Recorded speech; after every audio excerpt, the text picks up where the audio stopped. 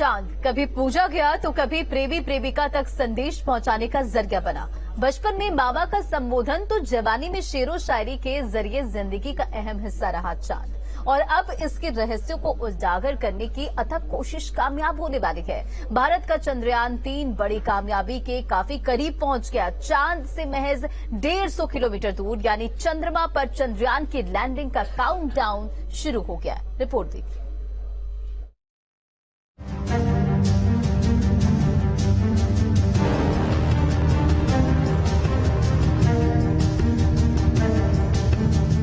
देश ने 15 अगस्त को 77वें स्वाधीनता दिवस का जश्न मनाया और अब बहुत जल्द वो पल भी आने वाला है जब चांद पर तिरंगा लहराएगा। जी हाँ, सिर्फ 6 दिन बाद चांद पर तिरंगा लहराया जाएगा। पूरी दुनिया में हिंदुस्तान का डंका बजने वाला है,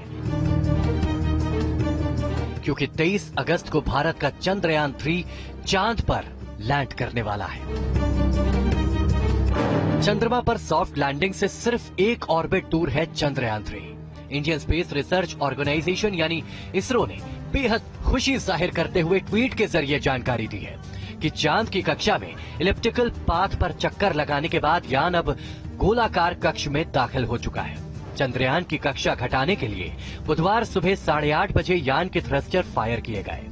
अब चौथी बार चंद्रयान 3 ने ऑर्बिट बदली है। ये यान अब चंद्रमा की 153 गुना 163 किलोमीटर की करीब गोलाकार कक्षा में परिक्रमा करने लगा है।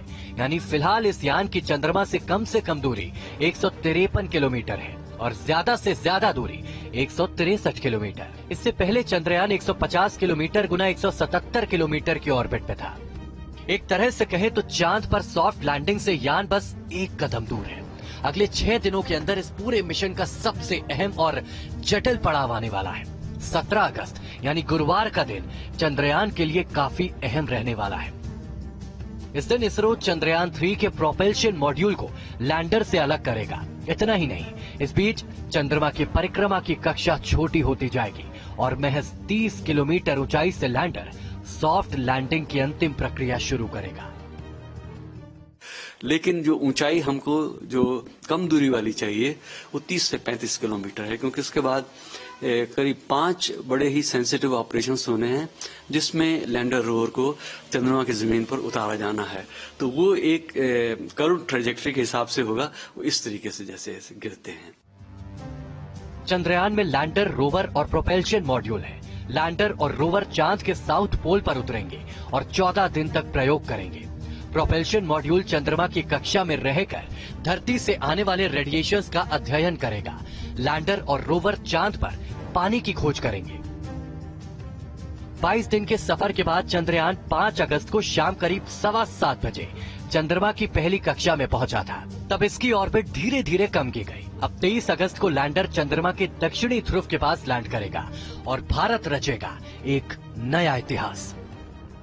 तो इस बीच में सारी की सारी जो है एक रीचेक है और सेंसर्स का एक किस्म से फिर से जो है वो चेकअप है, क्योंकि उन्होंने जो वेलोसिटी और हाइट को जो है मेजर करना है और इसको जो एक ओरिएंटेशन मिलना है वो जो है वो सारी चीजें जो एक किस्म से जो है रिव्यू होनी है।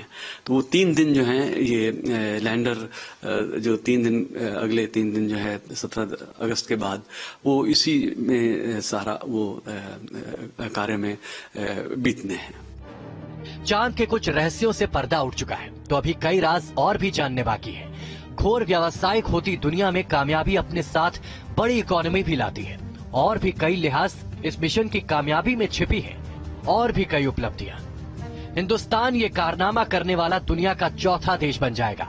अमेरिका, रूस और चीन के बाद भारत इस ग्रुप में शामिल होने वाला है। साथ ही भारत दुनिया का पहला ऐसा देश होगा जिसने बिना किसी हैवी रॉकेट के इस मिशन को पूरा किया हो।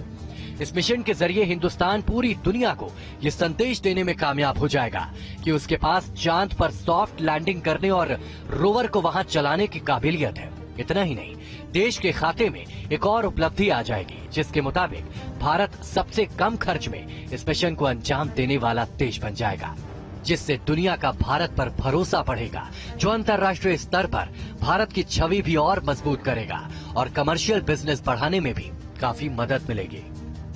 यही वजह है कि इस वक्त पूरी दुनिया की निगाहें चंद्रयान 3, इसरो और भारत पर टिकी हुई है, जिसकी कामयाबी हिंदुस्तान को दुनिया के स्पेस पावर का सरताज पहनाएगी।